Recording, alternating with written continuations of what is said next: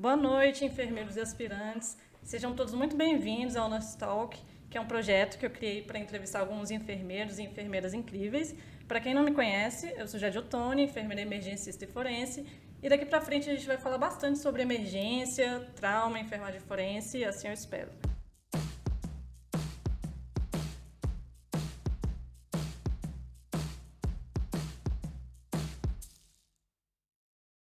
Hoje eu estou aqui com a enfermeira Karen Silva, que é enfermeira forense e atua há mais de 30 anos na área, inclusive já tendo colaborado com o FBI. Boa noite, Karen, seja muito bem-vinda e muito obrigada por aceitar o convite. Boa noite, Jade. Obrigada por ter me convidado. E boa noite a todos que estão aqui querendo aprender um pouquinho sobre essa área da enfermagem. É um prazer estar aqui com vocês. Bom, Karen, muito obrigada. Eu recebi um bocado de perguntas quando eu falei que ia te chamar para conversar sobre enfermagem forense. E acho que para começar a falar um pouco, muita gente aqui eu sei que é estudante, outros profissionais que não, alguns familiarizados com a área e outros não. E a gente sabe que a formação aqui no Brasil é um pouco diferente da formação nos Estados Unidos, a atuação, né? E eu queria que você falasse um pouco sobre a sua trajetória acadêmica, como foi sua formação, como você chegou na enfermagem forense. Certo. Eu sou filha da PUC, do Paraná. Sou formada em enfermagem pela PUC, ela é em Curitiba. E no ano que me formei, eu vim embora para os Estados Unidos. E minha trajetória profissional praticamente foi toda aqui, né? Já estou aqui há quase 34 anos. Fiz o meu mestrado de prática avançada em saúde do adulto e geriatra. Fiz um pós-mestrado em enfermagem forense e o doutorado em psicologia. Mas a minha área de atuação, nesses 30 e poucos anos, foram simplesmente na psiquiatria, assim, basicamente na psiquiatria. Em todas as áreas da psiquiatria, ambulatória, unidades de crise, emergência, unidades de internamento adulto, crianças, todas as variações da psiquiatria eu trabalhei.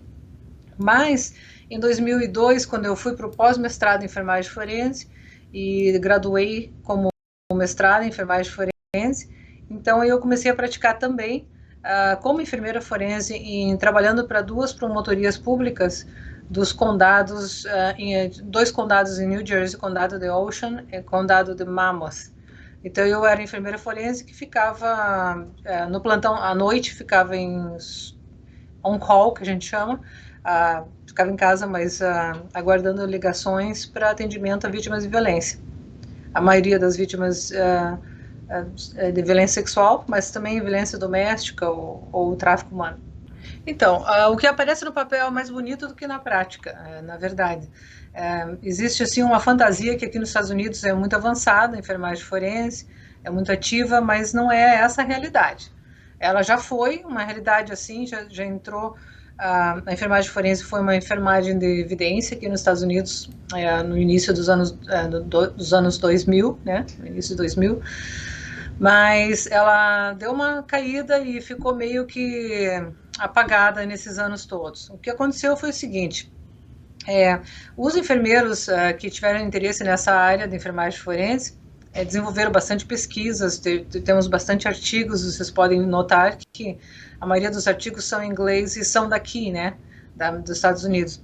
Mas a enfermagem forense aqui ficou limitada só numa área muito forte, que é a área de exame de vítimas de estupro, de violência sexual. E também violência doméstica, mas principalmente a violência sexual. E nós chamamos de SANE, Sexual Assault Nurse Examiner, enfermeiro examinador de assalto sexual, digamos assim.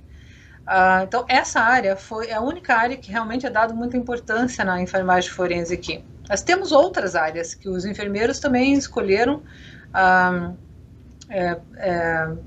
os que têm mais interesse na enfermagem forense, de fazer cursos de aperfeiçoamento para essas áreas, como, por exemplo, o exame, a investigação clínica da morte, que é o Death Investigator.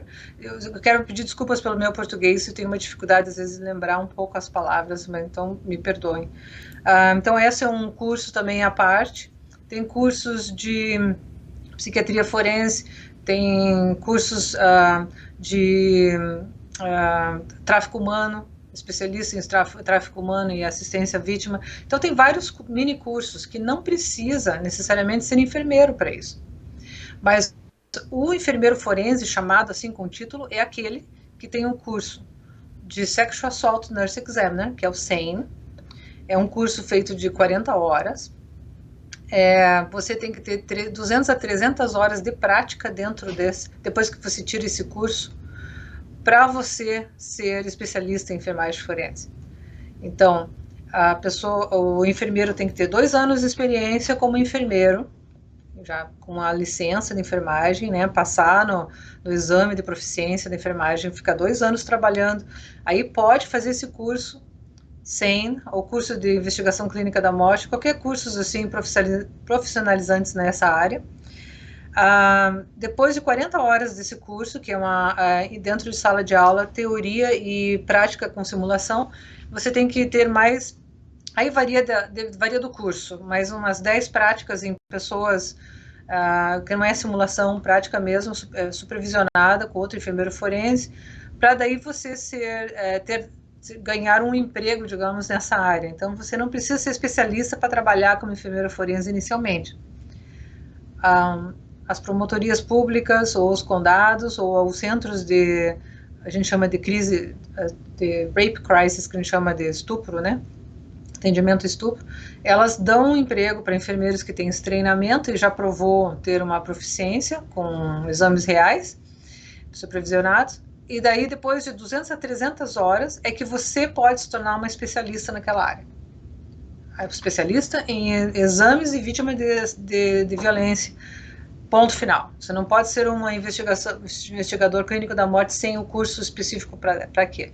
Então, esse é um curso bem separado, bem específico, e é o único curso hoje em dia que torna a enfermeira especialista aqui nos Estados Unidos, que é feito só pela International Association of Forensic Nurse, a especialização.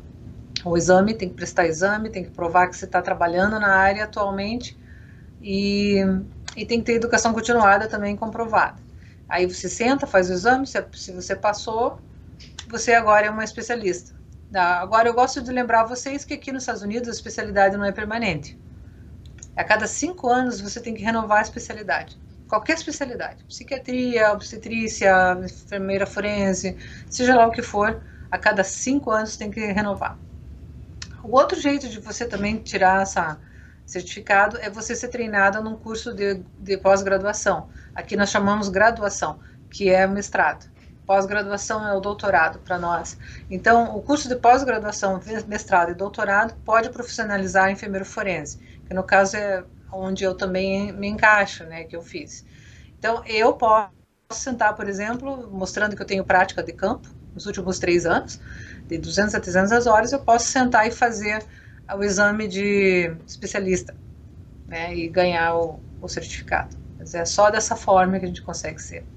Sim, e é interessante que, no seu caso, como você descreveu, no caso, na realidade dos Estados Unidos, esse enfermeiro, ele tem prática diretamente no atendimento de vítimas forenses, né? Então, para ele comprovar essa experiência, ele realmente tem uma experiência com esse perfil de vítimas, né? Não é um contato indireto com vítimas de violência ou algo do gênero, né? Contato direto, entrevista, 1 a 1, trabalhando num time de resposta com um detetive, com a pessoa de suporte, de apoio psicológico à vítima, fazendo exame físico com espéculum, com colposcópio, com magnificação, né, de lesões e descrição.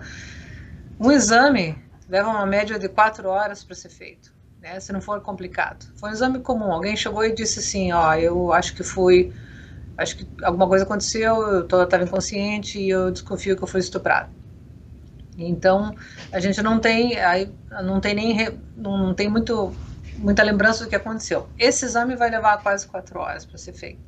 Agora, se tiver detalhes, né, mais detalhes, assim, houve penetração com objeto pérfuro cortante, ou houve vários tipos de lesões no corpo, isso aí vai só estender esse exame.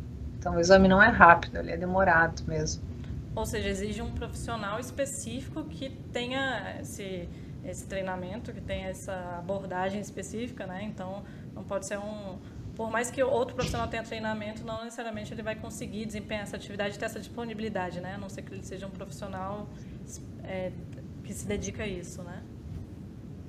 Com certeza, porque você tem que ter dexteridade, né? Então, na hora de você coletar uma amostra, você vai coletar uma amostra retal, você tem que evitar o contato anal naquele momento que você está tirando a amostra. Porque senão, se você bate no ânus, você deixou de ser uma amostra retal, agora é uma amostra anal. E tem coisa que você acha, por exemplo, na região perianal que não está dentro da região retal.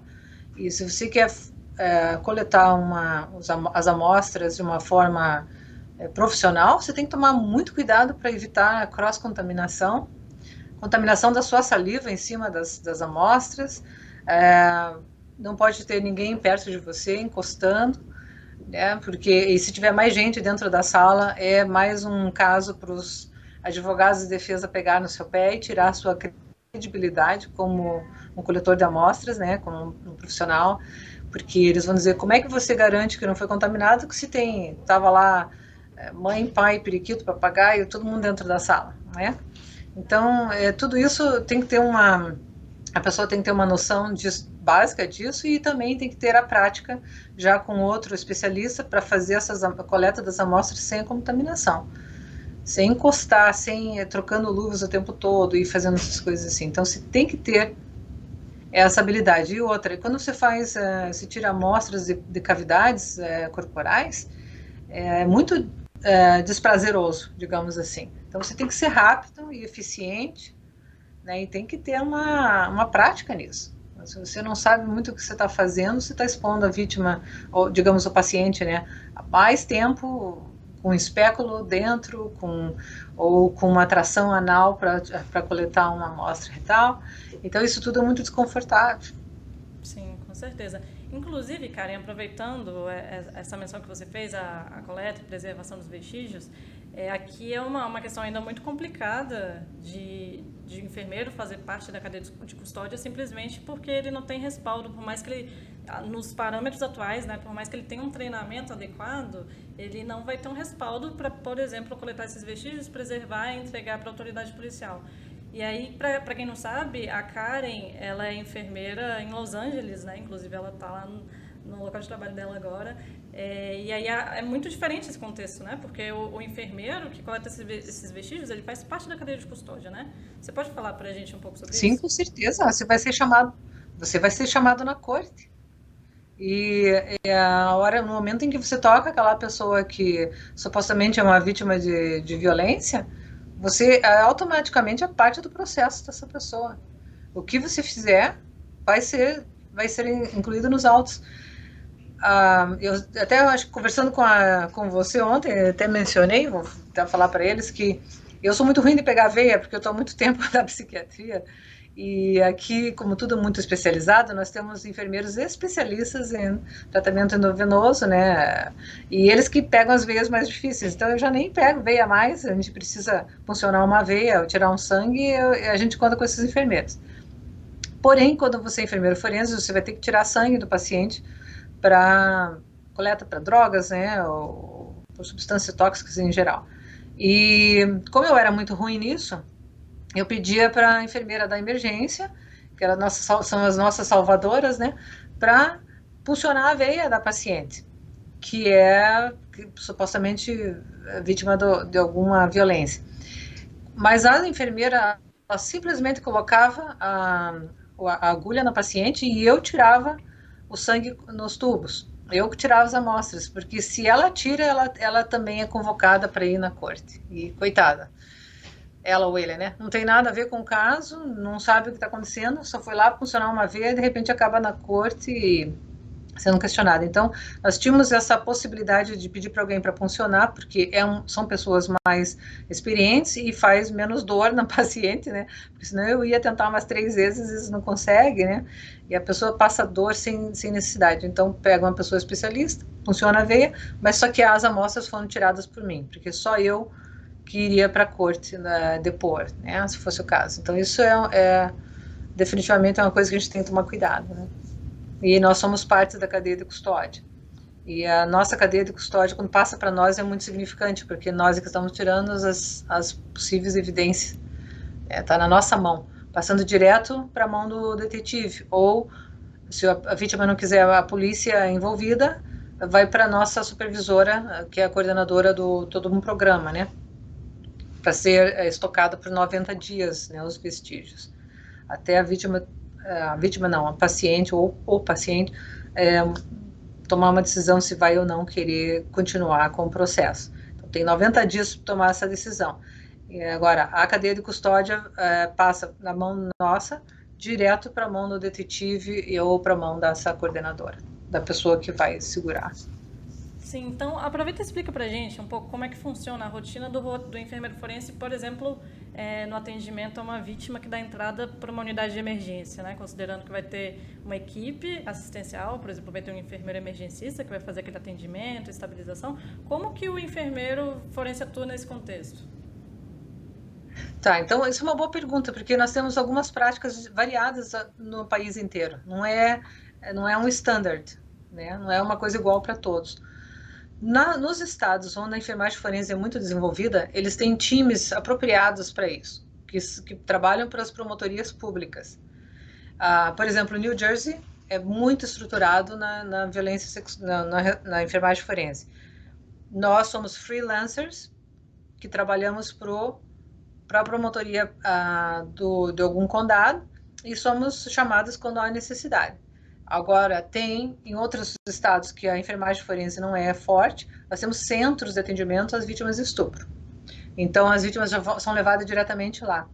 Ou se elas vêm para um hospital, do hospital eles já são levados pela própria polícia mesmo, ou uma ambulância para esses centros. Agora, nos lugares que são estruturados, o que acontece? A pessoa, a paciente ou o paciente pode escolher onde ele quer ir. Ou ele chama a polícia e diz que eu acho que aconteceu alguma coisa comigo, ou eu fui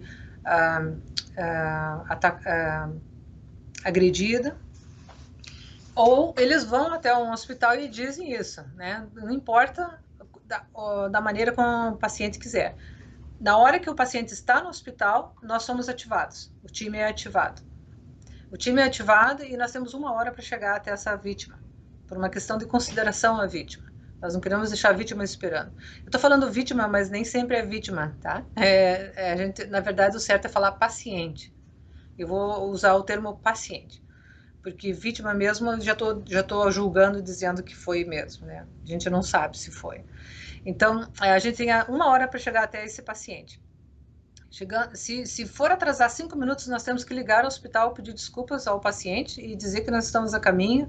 Ou, se tiver uma coisa assim, por exemplo, teve uma noite que nevou muito lá em New Jersey, eu não consegui chegar até o hospital, eu liguei para o hospital e pedi para o detetive chamar outra enfermeira, porque são sempre 2 que ficam, um para dar um suporte para o outro, se existem 2 casos ao mesmo tempo, para ir no meu lugar, porque eu não conseguia chegar lá. Então, a gente tem que ter essa consideração com o paciente.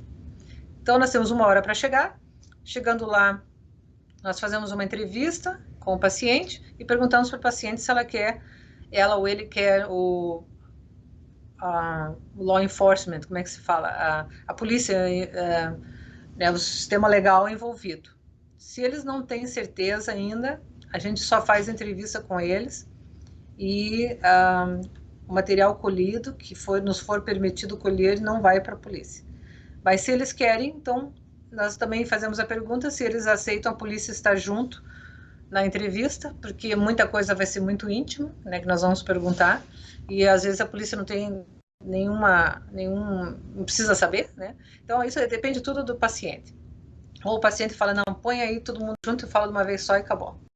Isso tudo, o poder é dado nas mãos do paciente para começar já o processo de cuidado do trauma, do possível trauma que esse paciente passou. Então, empoderando o paciente, fazendo com que o paciente faça escolhas, que o paciente, tudo que nós vamos fazer está na mão do paciente, a escolha deles, né? Aí a gente obtém consentimento para fazer entrevista, escrito, tem que assinar consentimento para tirar fotos e usar fotos também para educação, consentimento para coletar sangue e urina e coletar outros DNAs, né? E consentimento para a medicação, tudo é consentimento. E mesmo que eles assinem, e a gente começou a fazer o exame, eles falam, sabe o que? Eu não quero mais. Pronto, acabou-se. Eles é que são o chefe. Né? Então, eles que mandam como é que o exame vai acontecer. Então, a entrevista, ela é, daí, depois da entrevista, ela é norteadora, né? Para a gente saber se a gente vai, o que a gente está lidando, né? Está lidando com alguém que tem consciência do que aconteceu, não tem consciência, tem drogas no meio, não tem drogas no meio, tem a penetração anal, oral, o que é que nós estamos lidando aqui, né? Então a entrevista nos ajuda muito e ajuda muito os detetives depois, né? Porque se a vítima falar, eu estava num lençol amarelo e tal, e daí provavelmente vamos achar fibras amarelas, né, no corpo, no cabelo, na roupa. Então isso tudo reforça o caso. Mas então aí é feito o exame, né, com o paciente. Depois do exame, se o policial estava junto ali, ele já fez a entrevista junto, já saiu, talvez os detalhes mórbidos do estupro fica só entre nós e o paciente. Fazemos o exame, acondicionamos tudo, o paciente não sai da sala, fica todo mundo onde está na sala, o paciente tem a escolha de querer alguém com ele. Nós temos voluntários que são de apoio às vítimas de violência, que são treinados para isso, são voluntários, geralmente são psicólogos ou estudantes de psicologia, alguma coisa assim, que é treinada a ser assim, sem viés, e assim, ser a defensora do paciente, para ver se até o nosso comportamento com pacientes é adequado, né? E eles também dão aquele suporte emocional, né? Depois quer tomar uma água, depois quer tomar um suco, tá com fome, precisa de roupa, ele dá esse suporte aí depois. Então, essa pessoa pode ficar do lado do paciente, mas não pode ficar andando na sala. Ninguém pode andar, só o enfermeiro mesmo. Acabou de acondicionar tudo, chamamos daí o detetive ou o policial que vai participar da cadeia de custódia, conferimos com ele tudo dentro da caixa, antes de selarmos. Então, eu coletei isso aqui, e tá ali minha assinatura, data, hora, tudo ali. Eu tô assinando o que eu tô fazendo. Eu fecho a caixa, eu selo, e essa caixa vai na mão, assinado por mim, passando para ele, ele assina, ele ou ela, né, assina ali como recebendo, e agora a custódia tá lá. Eu não tenho mais nada a ver com isso aí.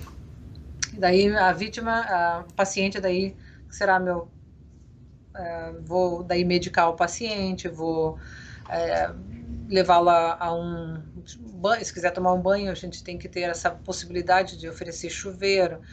Nós temos roupas extras para eles, se eles deixaram as roupas para levar para o laboratório, nós temos que dar outras roupas. Então nós temos assim, tipo, moletons, coisas para eles usarem, até sapato nós temos, um tênis, uma coisa assim, meia, roupa íntima.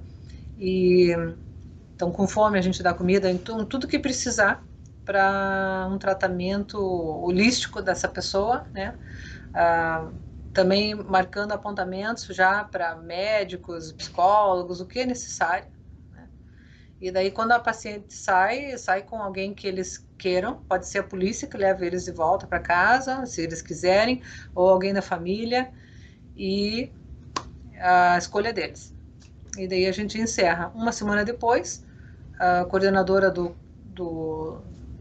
desse projeto, né, que todos têm um coordenador, liga para o paciente saber como é que foi a experiência do paciente, como é que o paciente está sentindo, como é que foi a experiência conosco, se foi cicatrizante ou mais traumático, né, porque a gente tem que ter isso em consciência, né, pode ser traumático. E assim que se dá um exame, né, mais ou menos. Isso aí só no sexual assault, né, só na violência sexual. Daí a investigação clínica da morte é bem diferente e outras situações é bem mais diferente. Sim, não, e é interessante essa questão que você citou, porque a partir do momento que o enfermeiro faz parte da cadeia de custódia, ele tem a responsabilidade técnica sobre aquilo, mas a partir do momento em que aquele vestígio é encaminhado, como você disse, ele não é mais o responsável por aquilo, né? Aquilo ali faz parte da cadeia de custódia. E esse é um problema sério, a gente chegou a conversar, né, que existe aqui no Brasil, que é o de que o enfermeiro, se ele quiser, muitas vezes, dar andamento para aquilo ali, ele tem que se envolver, tem que registrar ocorrência, né? Tem que de alguma forma, participar daquele processo de uma forma mais pessoal do que profissional, né? E aí isso já imparcializa Sim. todo o processo. Mas eu penso, será que não é porque no Brasil não existe mesmo essa a enfermagem forense com proficiência, com organização? Porque o que eu vi, assim, desde que começou a sair enfermagem forense, virou assim uma febre aí no Brasil. Tem cursinho de quintal dando enfermagem forense, tem gente achando que é enfermeiro forense pegando vestígios na mão, botando dentro do bolso, sabe? Então não existe uma formalidade, um profissionalismo e uma ética na prática da enfermagem forense. Então, obviamente, eles não vão poder aceitar de um enfermeiro ou de um técnico também. Aqui não existe técnico, mas não sei, mas não sei se o técnico também teria essa habilidade. Mas eles não vão aceitar de alguém na enfermagem um vestígio sem ter certeza que essa pessoa é treinada para saber que não se pega com a mão, que não, se a sua luva já foi usada em alguma coisa, não pode ser usada para esse vestígio, e que é tudo sim, você não pode nem falar em cima do vestígio, porque você realmente transmite, né? O vestígio de um lado para o outro, você vai só trocando. Então, tem uma responsabilidade muito grande. O enfermeiro tem que ter muita consciência do que eles estão fazendo. Então, eu penso que no Brasil, eles ainda não abriram para a cadeia de custódia do enfermeiro, porque não existe um treinamento adequado ainda, ou pode até ter um treinamento adequado, que nós temos um curso de especialização aí que saiu em São Paulo, que tem mão na massa e são enfermeiros que trabalham com vítimas de violência, que já praticam assim, eles dão esse curso e falam bastante sobre isso, mas a pessoa quando vai trabalhar, ela não tem essa responsabilidade dentro do trabalho, ele é um enfermeiro de emergência, um enfermeiro, ele não tem o equipamento que ele precisa para fazer essa coleta e acondicionar da maneira certa. Você não pode botar dentro de um plástico coisas, principalmente material biológico. Ele vai apodrecer, ele vai desenvolver mais bactérias. Tem que ser em papel, tem que secar.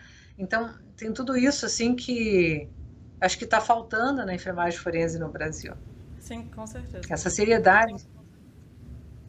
Não, eu ia te perguntar que você chegou a me falar que varia muito entre os estados, né? Como funciona, como é aplicado, né, esse sistema. E a Ana Maria perguntou aqui na live sobre os protocolos das instituições, como que foram inseridos esses protocolos nas instituições, eles variam de uma instituição para outra ou só variam de um estado para outro? Sim, variam de instituições e de estados. Aqui os estados são bem independentes, né? Não é nada federal. Isso aí não existe um protocolo federal. Os estados são independentes e dentro dos estados, às vezes os municípios são independentes. Então, isso tudo depende do hospital, da instituição, qual que é o protocolo daquela instituição. Então, por exemplo, nem todos os hospitais têm protocolo para vítimas de estupro ou vítimas de tráfico humano, não tem protocolo. E porque os enfermeiros não são treinados para coletar material forense e as vítimas geralmente são levadas para um centro para isso. Então, o hospital, o máximo que eles têm é uma pólice lá dizendo, se a pessoa diz que é, né, manda lá não sei para onde. Então, não existe assim, esse protocolo não existe assim, é só em hospitais bem estruturados que tenham os serviços da enfermagem forense, né? Sim, e a Simone perguntou se a enfermagem forense aí, no caso, na sua realidade, ela faz parte do sistema de saúde ou da justiça. Pelo que eu entendi, é um pouco dos dois, né? Ele está inserido. Ele é um pouco dos dois. A gente trabalha exatamente na intersecção deles. Nós somos enfermeiros, os nossos clientes são pacientes, não são vítimas, por isso que eu falo vítima para ter uma noção do que eu estou falando, mas na verdade são pacientes. Eu não posso me referir a eles a vítimas ou perpetradores, porque eu não sei, não sou investigadora, né? Eu sou enfermeira, eu vou cuidar daquele corpo, né? Vou cuidar daquela pessoa, do corpo e da mente dela. Então, né, nesse aspecto, nós somos enfermeiros. Tornamos parte da saúde nesse caso, porque para nós, o que nós queremos é resgatar nessa pessoa a dignidade, o empoderamento, controle de si e tratar doenças sexualmente transmissíveis, tratar o trauma, tudo, né? Então, é a pessoa, nós somos enfermeiros. Agora, o nosso crossover com a justiça é porque nós fazemos parte da cadeia de custódia e como nós tiramos os vestígios e fazemos anotações. Quando vai para a corte, ou seja, para o tribunal, muitas vezes nós somos chamadas para depor, como mesmo a enfermeira forense que fez a coleta de todo o material, e também como expert no assunto. Então, você pode ser chamada pelos promotores, mas você pode também servir ao advogado de defesa, que acontece muito frequentemente, né? Então, se durante um tribunal mostra uma foto, uma hiperemia na área cervical, daí o promotor tentando dizer que aquilo ali foi uma parte da violência, e daí o advogado de defesa pergunta para a enfermeira, pede para o juiz para declarar a enfermeira uma expert no assunto. Daí o juiz faz a declaração, eu declaro você nesse momento expert, porque tem treinamento e tem experiência, né? Tem que ter um currículo bem forte. Aí ele declara o expert. Quando declara expert, daí ele faz a pergunta, essa hiperemia pode ser causada por doença sexualmente transmissível? Daí você tem que dizer a verdade, né? Sim ou não. Então, acontece assim, tipo, isso é um exemplo só, né? Vou te dando. Os dois lados querem jogar e querem provar seu ponto, né? Então, um pode pedir você como expert, o outro pode pedir você como uma pessoa que atendeu. E aí o enfermeiro tem que estar extremamente bem preparado para isso, né? Ter uma... Muito bem preparada, você tem que ter um currículo gigante, você tem que fazer muito, muito curso para poder ter força na peruca, porque os advogados são cruéis, são cruéis. Eles querem tirar a sua credibilidade em corte. E que você não sabe o suficiente, que você não tem experiência suficiente, que você não teve paciente suficiente para poder chegar agora na frente e dizer que você é um expert e coisas assim. Então, você tem que ter um currículo rico. Por isso que eu digo, a qualidade do treinamento é muito importante e a experiência supervisionada e a experiência ao longo dos anos é muito importante.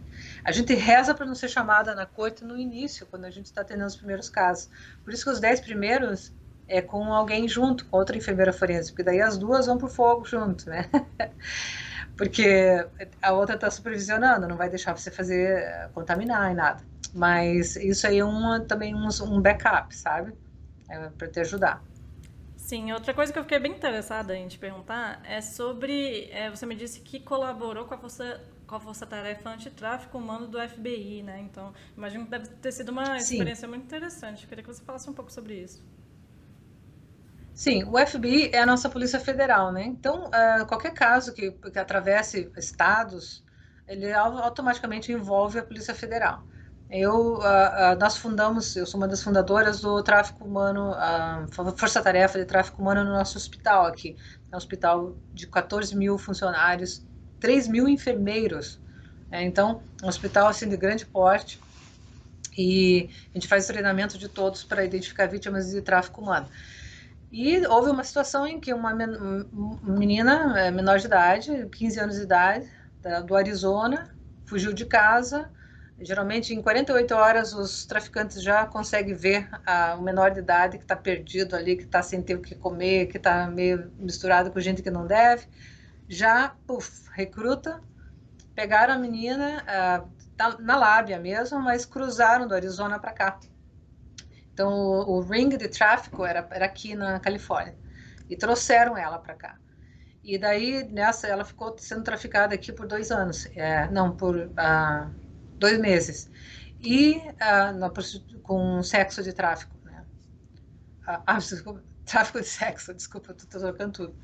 E daí, finalmente, parece que o pimp dela, né, que é o traficante, matou alguém na frente dela e ela ia ser a testemunha, porque eles pegaram o cara, mas tem outros pimps, tem outros traficantes envolvidos, né? E ela foi jogada do carro a 80 milhas por hora. Né? Foi jogada, tentaram apagar o arquivo, só que ela sobreviveu porque era jovem e ela foi trazida para nós como vítima de trauma mesmo, né, do acidente. E só que ela era apaixonada pelo traficante, né? Então foi muito difícil, foi um caso muito difícil para nós. Então, por causa que ela foi jogada fora e alguém viu na estrada, o FBI foi envolvido quando descobriu que ela era do Arizona, né? E daí eles envolveram o FBI, daí já viram que era tráfico humano, né? Então, quando ela apareceu no nosso hospital, ela já estava com a FBI praticamente envolvida. Só que aqui estavam todos treinados com relação a isso. Nós tivemos só uma falta de sorte que os enfermeiros da UTI, onde ela ficou, não eram treinados ainda, que é difícil treinar todo mundo. Então eles deixaram ela ficar com o telefone dela e ela acabou ligando para os traficantes e disse onde estava, botando em risco todo mundo, né? Mas foi um caso assim que o FBI nos deu assim um parabéns, porque nunca viu uma coisa tão organizada. A nossa proteção com a paciente, a nossa proteção com todos, já imediatamente omitimos o nome dela no prontuário. Todos os seguranças tinham sido treinados 3 dias antes, olha a coincidência.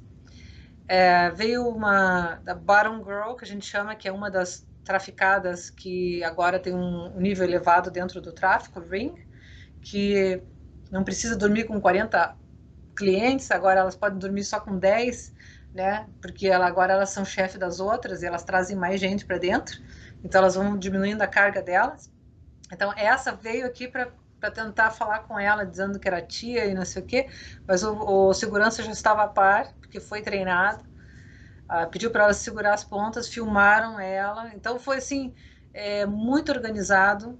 E o FBI falou, nossa, aquilo ali foi uma coisa, foi assim foi um pedaço de bolo para nós, né?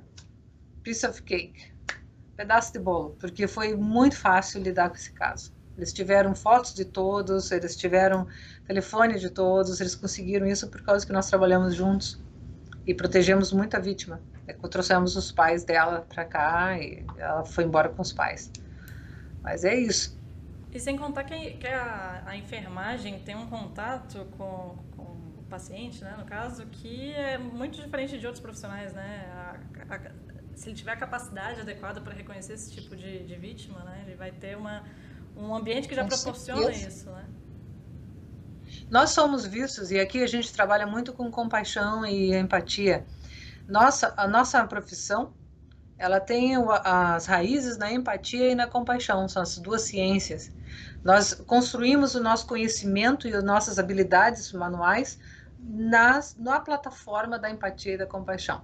Então, dizer que o enfermeiro não tem compaixão, não tem empatia porque eu sou técnico, eu sou científico, é uma burrice do tamanho que eu não sei como explicar. Primeiro, não é enfermeiro, me desculpa. O enfermeiro, ele tem que ter a compaixão. Essa é a nossa ciência desenvolvida em cima disso. Tudo que a gente aprende, todo conhecimento científico que nós vamos aplicar, se não tiver compaixão, você deixa de ser enfermeiro. Você é um técnico científico, né? Que você entendeu do corpo humano, faz ali, tratou, melhorou. Agora, enfermeira você não é. Para ser enfermeiro, você tem que trazer aquela coisa de dentro que é humana. E isso que faz a nossa conexão mais íntima e mais forte com os nossos pacientes. E é por isso que o paciente tem muita confiança no enfermeiro aqui nos Estados Unidos. Eles têm eles jogam a vida deles nas nossas mãos. A gente tem um orgulho de ser enfermeiro, você não tem noção. Quando eles veem você num elevador, você está com o teu scrub voltando para casa, eles falam, você é enfermeira, muito obrigada por tudo que você faz. É linda a sua profissão, maravilhosa. Se não for, vocês cuidam da gente nos momentos mais vulneráveis da nossa vida. Nós temos vocês para cuidar, com o conhecimento científico e com a compaixão que é o que é necessário. Então, isso a gente não pode perder, né? Então, as vítimas de violência simplesmente se identificam, se conectam muito rápido com a enfermagem, por isso que a enfermagem é muito boa nesse campo. Nossa, eu fiquei inspirada com o seu relato, é muito bonito ouvir isso. É uma questão que a gente tem discutido muito, principalmente atualmente no Brasil, em relação à questão da valorização da enfermagem, né? Então, acho que é ainda um caminho a percorrer. Outra coisa que muita gente pergunta, e eu vejo muita gente com essa dúvida, é em relação a... Muita gente confunde a atuação do enfermeiro ou da enfermeira forense com o CSI, né? Acho que vem muito de seriados e de filmes, e aí coloca todo mundo naquele pacote forense, né? Então, qual que é a ênfase da abordagem do enfermeiro ou da enfermeira em situações de violência? Então, se a gente fala de enfermeiro forense, então não é CSI. CSI é Crime Scene Investigation, é a investigação da cena de crime. Então, fica para os investigadores. Para a enfermagem, o que interessa é o corpo, né? As pessoas envolvidas ali. Então, assim, Tem, obviamente, um cruzamento, né, do nosso papel junto com os CSIs, que são treinados para ser CSIs, eles são treinados para investigar a cena de crime. Né? São pessoas da polícia, pessoas, os cientistas forenses, é o entomólogo forense, é o, O como é que eu vou antropólogo falar? forense. O antropólogo, essa palavra me escapou. O odontólogo forense, são os cientistas forenses, né? Não, o que a enfermeira forense faz no meio disso aí? É o corpo. Vamos medir essa temperatura, vamos ver a fase de decomposição, vamos ver a temperatura local agora, porque eu tenho que colher só dados que vai ajudar o médico legista a vir com o laudo da causa, maneira e da morte, né? E a causa, maneira, tempo da morte, né, que é necessário. Então, que são todos diferentes, um é diferente do outro. E o tempo varia muito né, da temperatura local, onde o corpo está, se está em água, se está em terra, se está na areia, né? Tudo isso vai contar. Então, o que o enfermeiro faz na cena é só isso. É coletar dados para poder justificar o tempo da morte e coletar dados no corpo do paciente, né, que foi a óbito, para tentar ver se foi acidente, se foi suicídio, se foi homicídio, que isso o médico legista que vai decidir, não é nós, né? Nós só vamos coletar dados. O médico legista vai fazer a confirmação de do que foi a morte e os policiais vão fazer a investigação para ver se é mesmo, né? É um suicídio. Então, é um trabalho em time. Então, nós não somos CSIs, mas a gente trabalha com eles.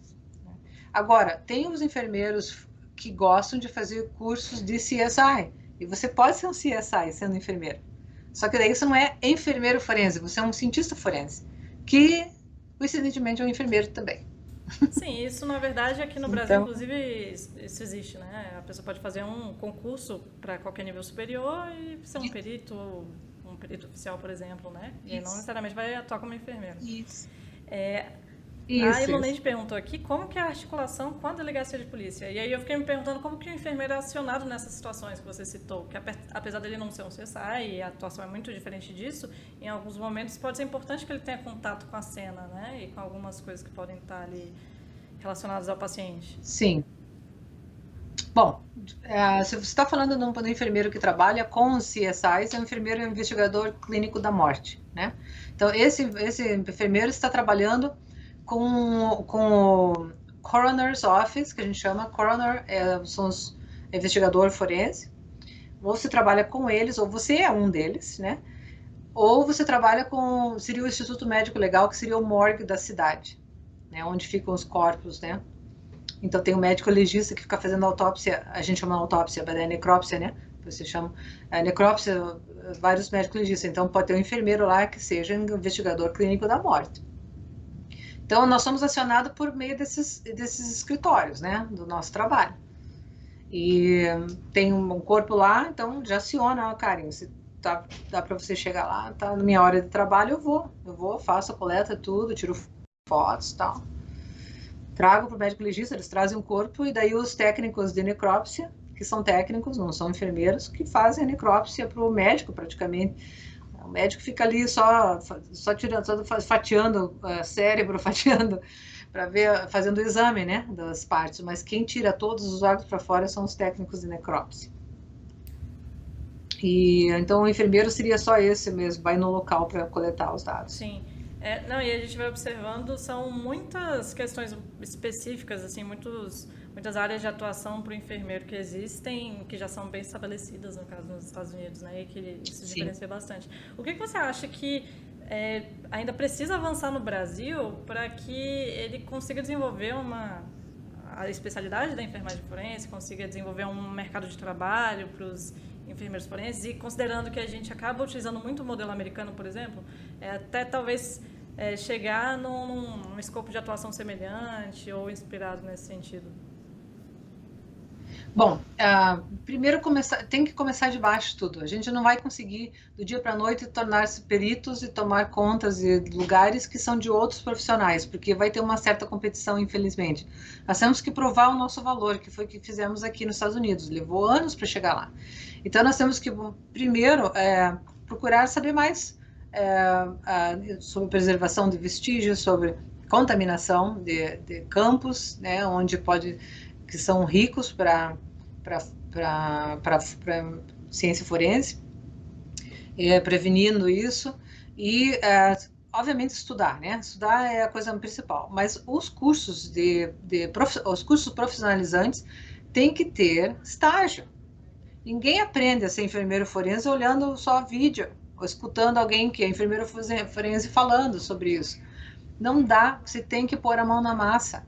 Não adianta vocês entrarem num curso de enfermagem forense especializante que te dá um título, mas não te forma esse enfermeiro.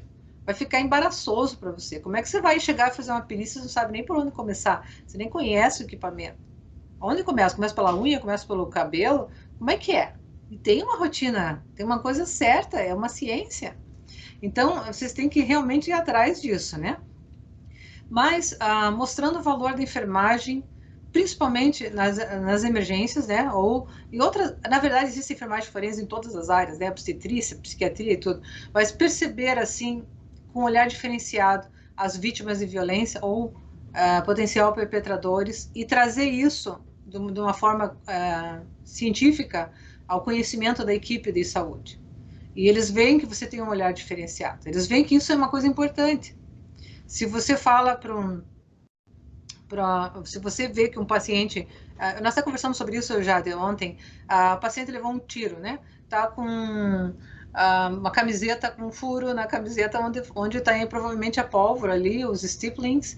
Aí você vai e vai abrir, vai tirar a camiseta e você rasga bem ali. Então você já estragou ali um vestígio, mas se você corta em volta dele e já mostrou para alguém que, peraí, a enfermagem é essencial nisso aqui. Graças à enfermagem preservaram o furo do tiro. Graças à enfermagem não fizeram traqueostomia onde foi dado um tiro ali, entendeu? Que nem aconteceu com o presidente Kennedy, né?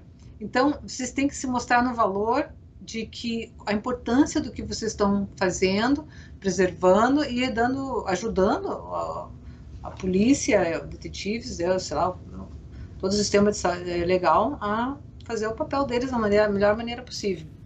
E principalmente no seu tratamento às vítimas, né, de violência. Porque isso aí é a alma da nossa profissão, cuidar da pessoa, né? Sim, já que você falou em emergência, como é o conhecimento dos enfermeiros dessas unidades sobre evitar perder os vestígios, né? Que era justamente o que você estava comentando. Em alguns momentos não é só necessária a presença do enfermeiro forense para preservar os vestígios, mas antes dele chegar ou antes dele poder recolher esses vestígios, é importante que ninguém tenha perdido ou contaminado, né? Então, como que é a atuação dos Sim, enfermeiros de sim. emergência, por exemplo, ou de outras unidades que têm contato imediato com o paciente? Bom, a maioria dos enfermeiros tem uma noção geral de não estragar o que está já estragado, né? Porque geralmente vem com alguma coisa de tentar não mexer. Todos têm medo de ir para a corte, né? Então, por isso que surgiu, inclusive, enfermagem forense, porque ninguém queria depor. Então, eles não querem tocar. Então, isso já é uma defesa natural do enfermeiro. Não quero tocar, então, aquele ali foi baleado, não quero pegar ali. Não sei se devo fazer esse curativo ou não, né? Porque sabe que tem marcas, pólvoras, stiplings. Mas não é o país inteiro. É aquilo que eu falei, ele não é muito...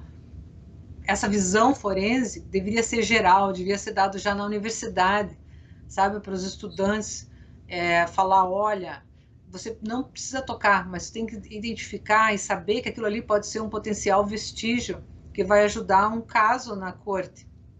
Eu digo corte, eu digo tribunal, né? Então, você tem que, se evita tocar, ou você vai por volta, ou você chama alguém, ou tira uma foto, ou se você coletar, pega uma pinça, ou pega uma luva estéreo e põe dentro de um pacote de papel. Então, esse tipo de coisa assim, põe pacote de papel nas mãos, protege a mão da pessoa que morreu com uma arma na mão, não sabe se ela deu tiro ou não, então põe um papel para segurar os vestígios ali dentro.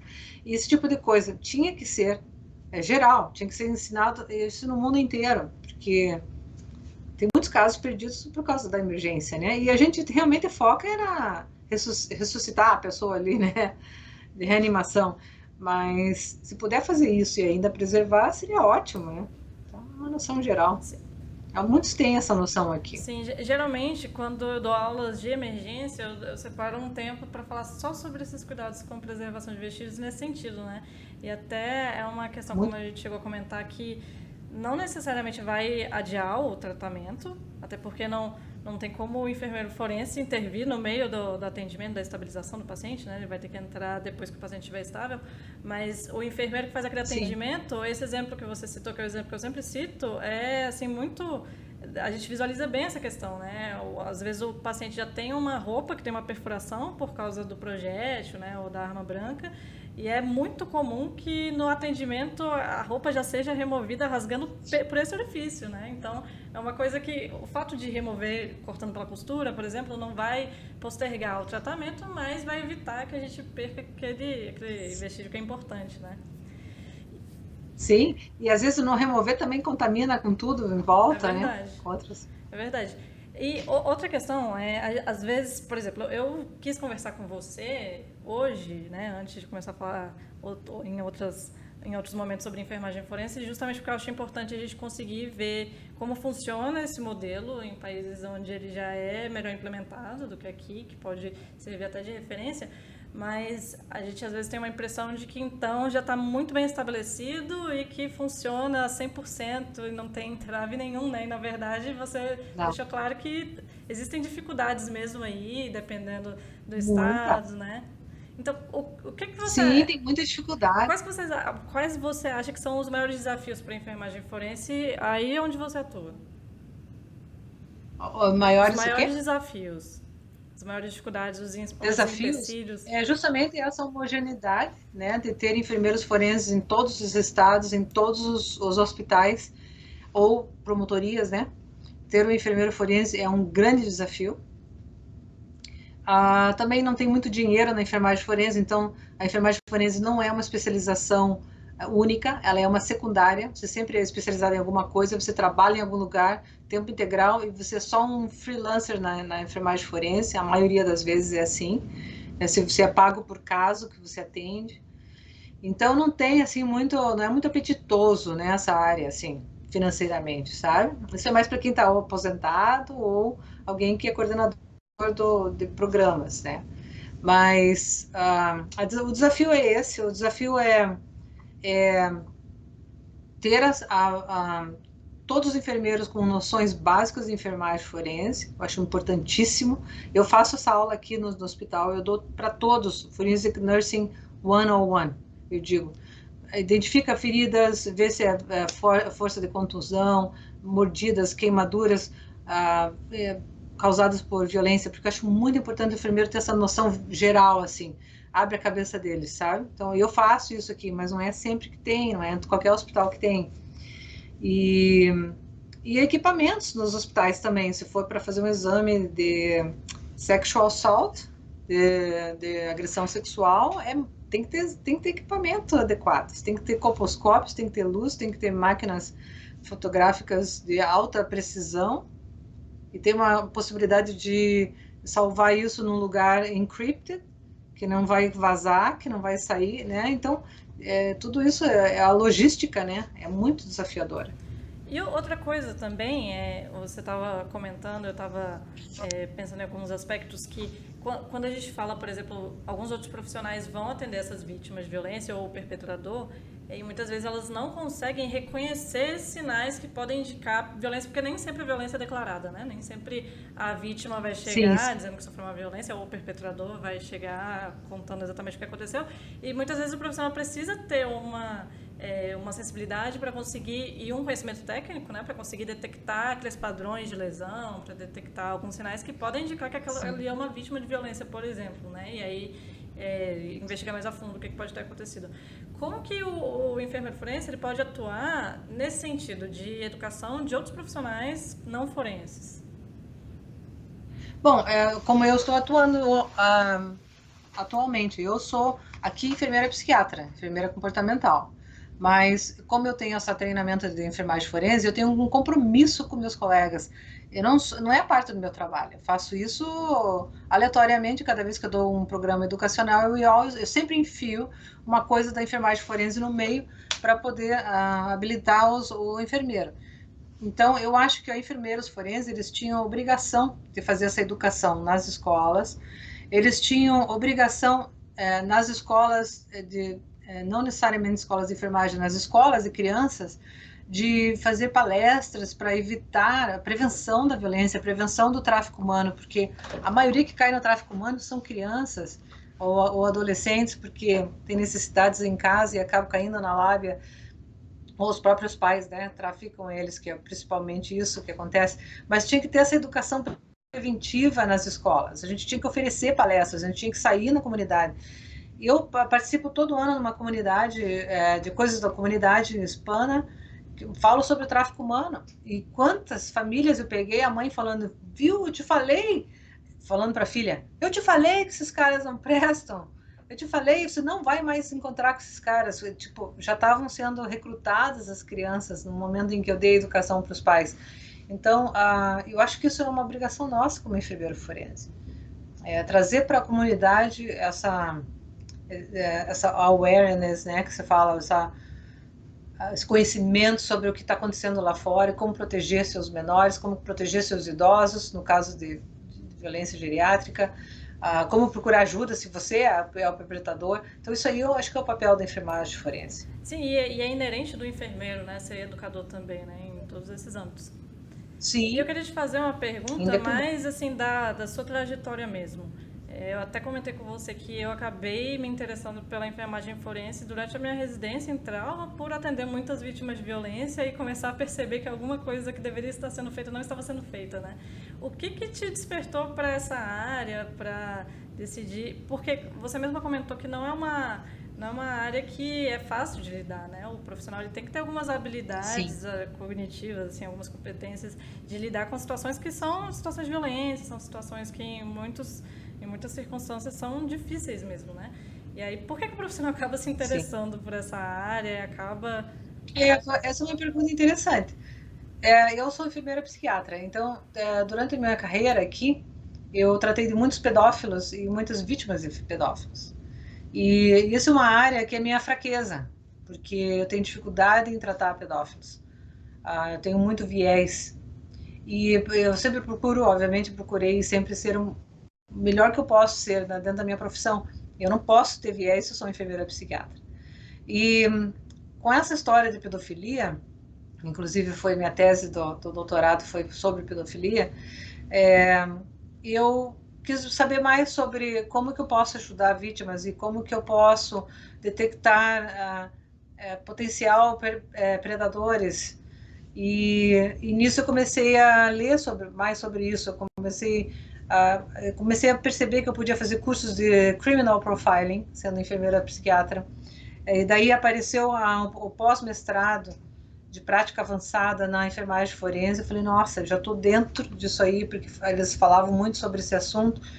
E resolvi que eu achei que a enfermagem forense me levava para dentro disso, porque tinha muito a ver com violência sexual.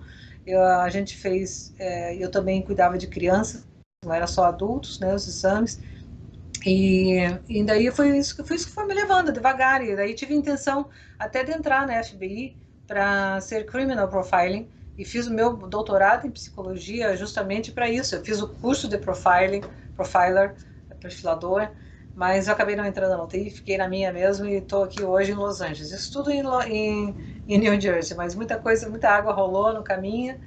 E por isso que eu entrei nessa área, mais por causa mesmo de proteção às crianças e entender o fenômeno da pedofilia, que é uma parafilia que é muito difícil de lidar. Sim, com certeza. E muitas vezes o profissional de saúde, de maneira geral, tem muita dificuldade em lidar com o perpetrador, né? A gente percebe muitas... Porque Sim. A gente não consegue desenvolver uma empatia pelo perpetrador, assim como pela vítima, né? E isso, infelizmente, muitas vezes Sim. se converte numa assistência inadequada, né? E o enfermeiro forense Sim. e a enfermeira forense vão ter uma visão já diferenciada para conseguir incluir, né? Apesar de... Já neutra. o enfermeiro psiquiatra tinha que ser também. Eu percebi que eu precisava me aprofundar nesse assunto quando um pedófilo falou para mim exatamente o que ele fez com as vítimas. E eu fiquei com vontade de atacá-lo, né? Eu fiquei com ódio mortal dele e pensei, eu não posso ter essa reação. Eu sou uma enfermeira, eu sou profissional, eu sou enfermeira psiquiatra. Como pessoa, e assim, mas aqui nesse momento eu não posso. Então eu tive que fazer aquela cara de jogadora de poker, mas eu senti dentro, assim, aquela dor. Então foi um dos motivos que eu quis me aprofundar mais nessa área mesmo. Sim, e que dica que você daria para quem está assistindo e, por exemplo, ainda não se especializou ou tem interesse na área, às vezes atende vítimas de violência e acaba se interessando pelo tema, gosta de estudar sobre o tema, mas para quem quer se inserir na área da enfermagem forense, que dicas você daria, assim, tanto técnicas quanto profissionais, de trajetória de vida? Certo. Bom, como eu já dei essas dicas em 2005, quando a gente dava aula, eu e Rita de Cássia, lá na emergência, no curso de especialização na emergência da PUC, lá em Curitiba. 2005 até 2008 a gente deu essas aulas, né, de enfermagem forense. Eu sempre digo, se especialize em alguma coisa antes, porque você tem que ter uma especialidade numa área específica. A enfermagem forense, ela vai servir em qualquer área que você estiver. Ela vai estar presente na psiquiatria, ela vai estar presente na obstetrícia, ela vai estar presente na emergência, da cirurgia, né, do médico cirúrgico, vai estar presente na geriatria. Então, seja um especialista antes de alguma coisa.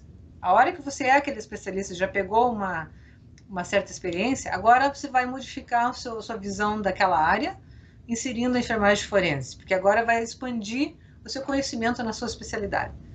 Você vai ser um enfermeiro psiquiátrico forense ou um obstetra forense, você vai ser maior. Se você sai da escola e entra na enfermagem forense, porque eu sei que aí no Brasil pode, não precisa ter experiência, você está dando um tiro no seu pé. Porque você não vai a lugar nenhum. Não vai acontecer nada com você, você não vai conseguir emprego por causa disso, não vão te respeitar por causa disso, porque você precisa da experiência como enfermeiro. Você tem que aprender sobre o corpo humano, sobre a mente humana, como lidar com pessoas, para depois você aprender como coletar um vestígio e como lidar com pessoas após o trauma. Então você tem que ter aquela experiência antes, sabe? É muito importante isso. Vão com sede ao pote, mas não muita sede. É verdade. Inclusive, É eu já assim que dei você essa dica funciona. algumas vezes também, porque pela minha experiência de vida, foi um diferencial enorme para mim, eu já ter experiência com trauma, porque quando a gente vai estudar, por exemplo, os padrões de lesões, é outro tipo de experiência que a gente tem, né? Eu sempre cito um exemplo nas minhas aulas e nas palestras sobre um atendimento que eu fiz de emergência uma vez, que tinha um casal num carro, e aí eles tinham sofrido um acidente, e a esposa estava bem, tinha algumas pequenas lesões, mas estava bem em uma sala. E o esposo estava muito grave na sala vermelha, a gente tentando estabilizar. E a esposa, claramente alcoolizada, dizendo que o esposo era quem estava dirigindo. Só que quando a gente atendeu o marido dela, claramente tinha uma marca de cinto de segurança que mostrava que ele estava no banco do passageiro. E aí ela falava com toda a convicção, era ele que estava dirigindo e tal. E às vezes são detalhes que, assim, o profissional que convive com aquelas situações, né, ele consegue ir detectando e registrando, né? E muitas vezes os profissionais esquecem que o prontuário também é um documento que também é um vestígio, né, que pode ser utilizado depois, especialmente se o registro estiver detalhado, Poderoso. né? Poderoso, a documentação é importantíssima. E você documenta diferente se você já é especialista naquela área, daí você tem uma especialização de enfermagem forense. No topo disso, daí você já tem uma documentação mais ampla. Eu tenho uma história bem rápida que eu vou contar quando eu trabalhei no New Jersey, eu trabalhava para 2 condados. Então a gente se encontrava no final do mês, todos os enfermeiros forenses, com a nossa coordenadora, que é a Eileen Allen, que deu o curso de SENA aí no Brasil pela primeira vez. E a gente discutiu os casos. E daí apareceu um caso de 2 mulheres numa casa de repouso que acusavam um empregado de estupro. E eles deixavam o empregado, afastaram o empregado, fizeram um monte de investigação, fizeram exame nas idosas, não tinha nada assim aparentemente, não conseguiram nenhum vestígio, não conseguiram nenhuma lesão, mas elas sempre diziam, até o dia que elas disseram que ele estuprou e a Lilian estava lá. Aí, quando elas me contaram essa história, eu falei, mas existe o que nós chamamos de folia 2, que é a folia 2, que é uma condição psiquiátrica, que duas pessoas têm o mesmo delírio, elas se juntam no mesmo delírio e acreditam naquilo, e aquilo vai ser a verdade geral, né? Então, se eu não tivesse minha prática na psiquiatria e esse folia do fosse muito comum, e eu já conhecesse, esse caso ficaria no ar, se foi ou não foi, o cara realmente sabe. Então, é importante se vir com a sua opinião expert em outra área, quando se faz discussões disso. É muito importante isso. E até eu acho que essa dica é importante também porque quando saiu a regulamentação da especialidade no Brasil, uma das áreas de atuação que era citada era justamente a atuação com perícia judicial, né? E muita gente se interessou por essa área, apesar de ser uma área que não é necessário que o enfermeiro seja um enfermeiro forense para atuar com isso, né? E Sim, o fato dele ter ou dela ter uma especialização na área vai oferecer uma visão muito diferente, né, do aspecto jurídico que talvez o enfermeiro generalista não tenha, mas se ele não tiver uma expertise, né, em algum campo específico, talvez também não seja tão útil, porque vai ser um pouco vago, né, e ele não vai ter aquela abordagem direcionada para aquilo ali que ele vai avaliar, né? Exatamente. Inclusive na resolução aí do COFEN, eles colocam que uma das áreas de prática da enfermagem forense é desastre e catástrofe. Mas o que você faz num desastre se você é enfermeiro forense? Nada? Não faz nada. Esse que é o negócio. Eu fico sempre perguntando. O que você faz é o seguinte: quando tem um desastre, que a pobreza começa a tomar conta, é onde acontece o tráfico humano, onde acontecem as violências sexuais, a troca usando as pessoas para a sua satisfação. Aí sim. Mas no desastre em si, só se você for enfermeiro emergencista. Pensa bem. O que o enfermeiro forense vai lá? Vou tirar um DNA do quê? Você não vai tirar DNA de nada, é um desastre, você não tem nada que fazer lá. O que você vai fazer é depois do desastre. É o que aconteceu, a sequela do desastre. É ali que o enfermeiro forense vai atuar. Então, até a nossa legislação aí não está bem escrita, porque não está específica. Nós atuamos só em desastre se a gente já tiver uma especialização que possa ajudar. Eu posso ir num desastre como enfermeira psiquiatra. Eu não tenho nenhuma função no desastre de enfermeira forense. Agora, se eu trabalho como perita, sim, daí é diferente. Daí não precisa ser enfermeiro forense, né? Eu trabalho com investigação clínica da morte, daí é outra coisa. Mas, então, tem essa especificidade, né? As pessoas têm essa noção de que enfermeiro forense pode passar numa linha vermelha. Acho que alguém em uma associação falou aí. Enfermeiro forense pode cruzar a linha vermelha de perigo num desastre, numa calamidade. Claro que não! Viajaram na maionese, gente. O que é isso? Linha vermelha é pombeira que vai passar. A enfermeira não vai. Você não vai. Nem os profissionais de saúde que vão atender ali vão entrar na área vermelha, né? O pessoal da saúde, da emergência, alguma coisa assim.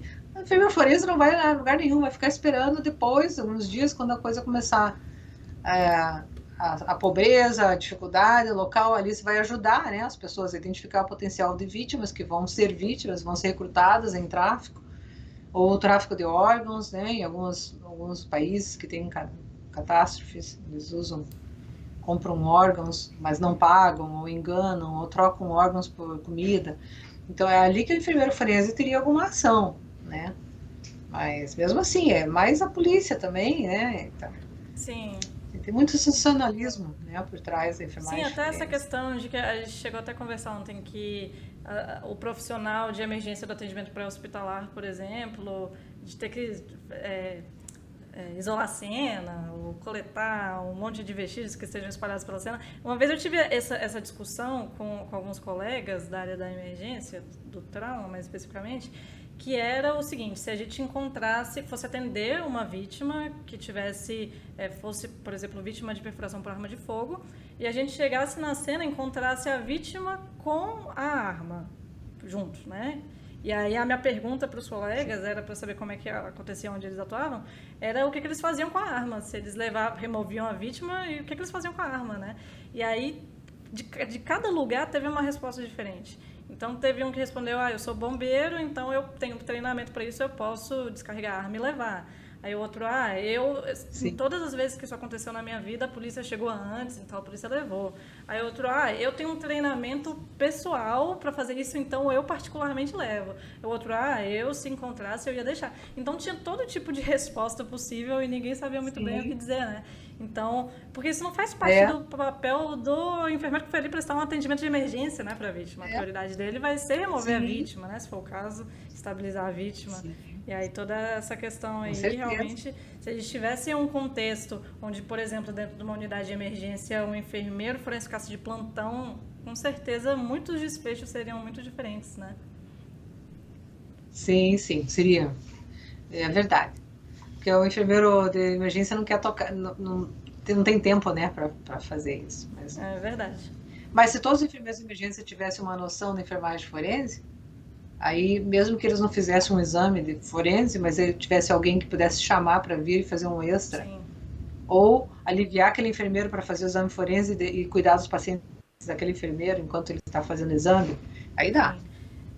O ideal E sempre seria a isso, né? importância do registro, né? E da abordagem completa pelo enfermeiro. O enfermeiro vai ter É, essa característica que outros profissionais talvez não tenham, né? Tão clara, que é de toda essa sim, abordagem com holística certeza. e não só atender o Sim, paciente como aquela vítima, né? O perpetrador com uma isso. patologia.